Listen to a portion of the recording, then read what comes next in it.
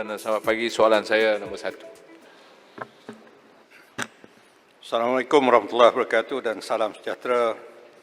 Terima kasih kepada Yang Berhormat Padan Terap, Ahli Parlimen yang senior bertanya mengenai hal pilihan raya umum. Tuan Yang Dipertua, untuk makluman Ahli Yang Berhormat, Suruhanjaya Pilihan Raya yang merupakan sebuah agensi yang amat berpengalaman dan komited dalam negara kita, sentiasa bersedia untuk menghadapi kemungkinan berlakunya pilihan raya umum ke-15.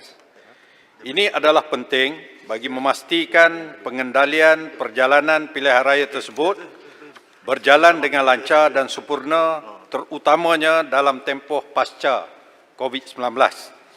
Sehubungan dengan itu, SPR telah membuat pelbagai persiapan dan perancangan yang menyeluruh yang meliputi aspek-aspek antaranya keperluan bajet pilihan raya, peralatan, logistik, pembangunan sistem, pengurusan sumber manusia dan latihan kepada petugas.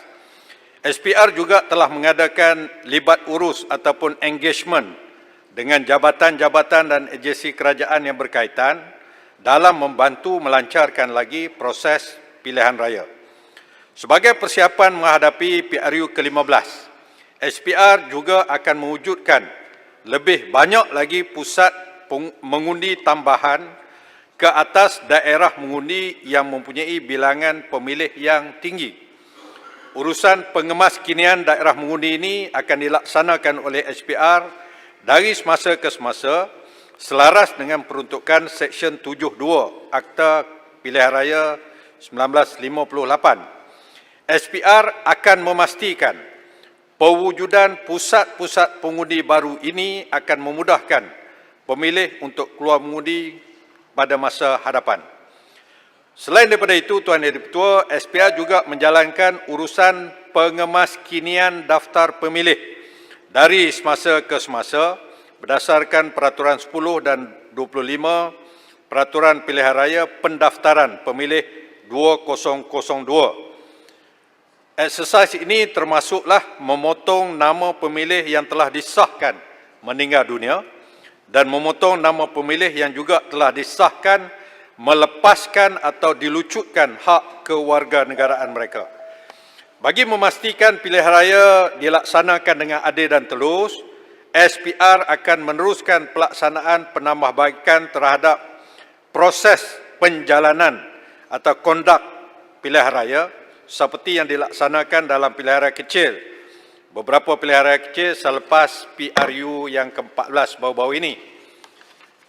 Pada masa ini pula, Tuan Yang Dipertua, proses penjalanan pilihan raya perlu disesuaikan mengikut garis panduan pencegahan COVID-19 selaras dengan arahan PKP di bawah Akta 342 yang telah dikuatkuasakan, di mana perkara ini telah dilaksanakan baru-baru ini dalam PRK Dewan Undangan Negeri N23 Cini. Berhubung dengan cadangan untuk mengaplikasikan kaedah pengundian secara elektronik atau e-undi dalam pilihan raya, SPR sedang mengadakan libat urus dengan semua pihak yang terlibat daripada dalam dan juga luar negara bagi meneliti kesesuaian kaedah pengundian ini. Penggunaan kaedah ini juga melibatkan beberapa cabaran baru berkaitan dengan isu-isu kerahsiaan, keselamatan, kos dan juga pendidikan kepada para pengundi.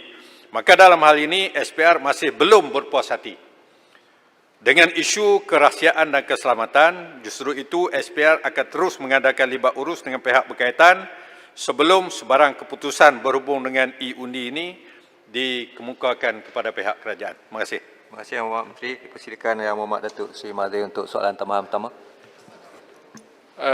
Terima kasih Yang Berhormat Menteri atas penjelasan berkaitan dengan tahap kesiapsiagaan SPR untuk menghadapi pilihan raya. Soalan tambahan saya, Datuk Yang Dipertua, berkaitan dengan pengundian e-undi ini ataupun secara elektronik ini merupakan salah satu daripada aplikasi yang telah digunakan di banyak negara.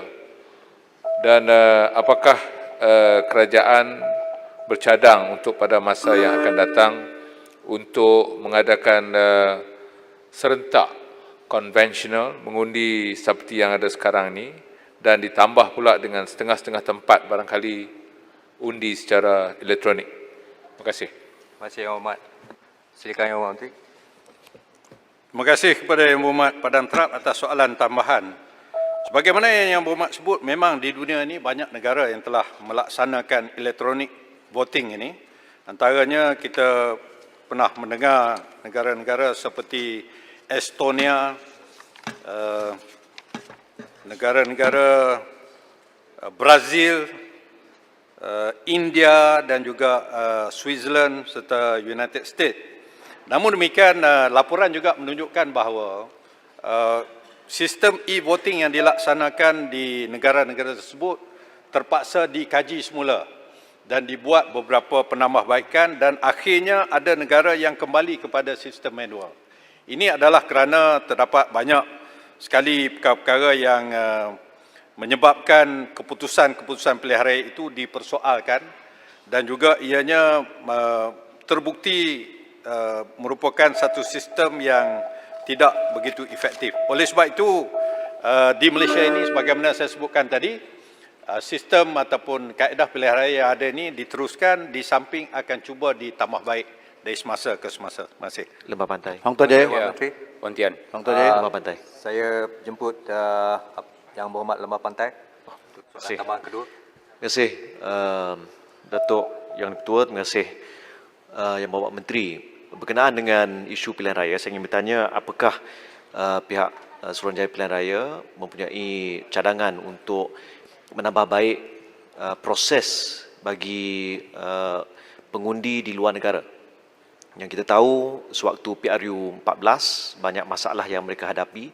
Ada yang terima kertas undi begitu lambat, ada yang terpaksa titip kepada kawan, naik kapal terbang dan sampai tak sampai itu jadi satu masalah.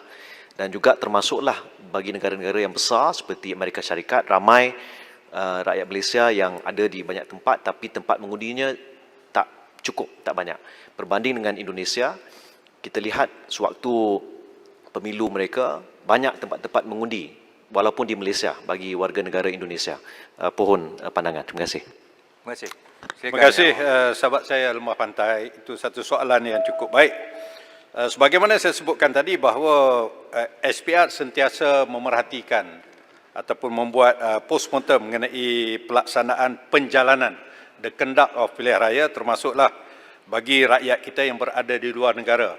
Setakat ini SPR agak berpuas hati dengan perjalanan pengundi-pengundi kita daripada luar negara. Namun demikian, sebagaimana saya sebutkan tadi, penambahbaikan itu sentiasa akan diadakan dari semasa ke semasa dan insya-Allah kita mengharapkan PRU ke-15 ini akan ada improvement terhadap perkara-perkara yang disebutkan oleh Yang Berhormat tadi. Terima kasih.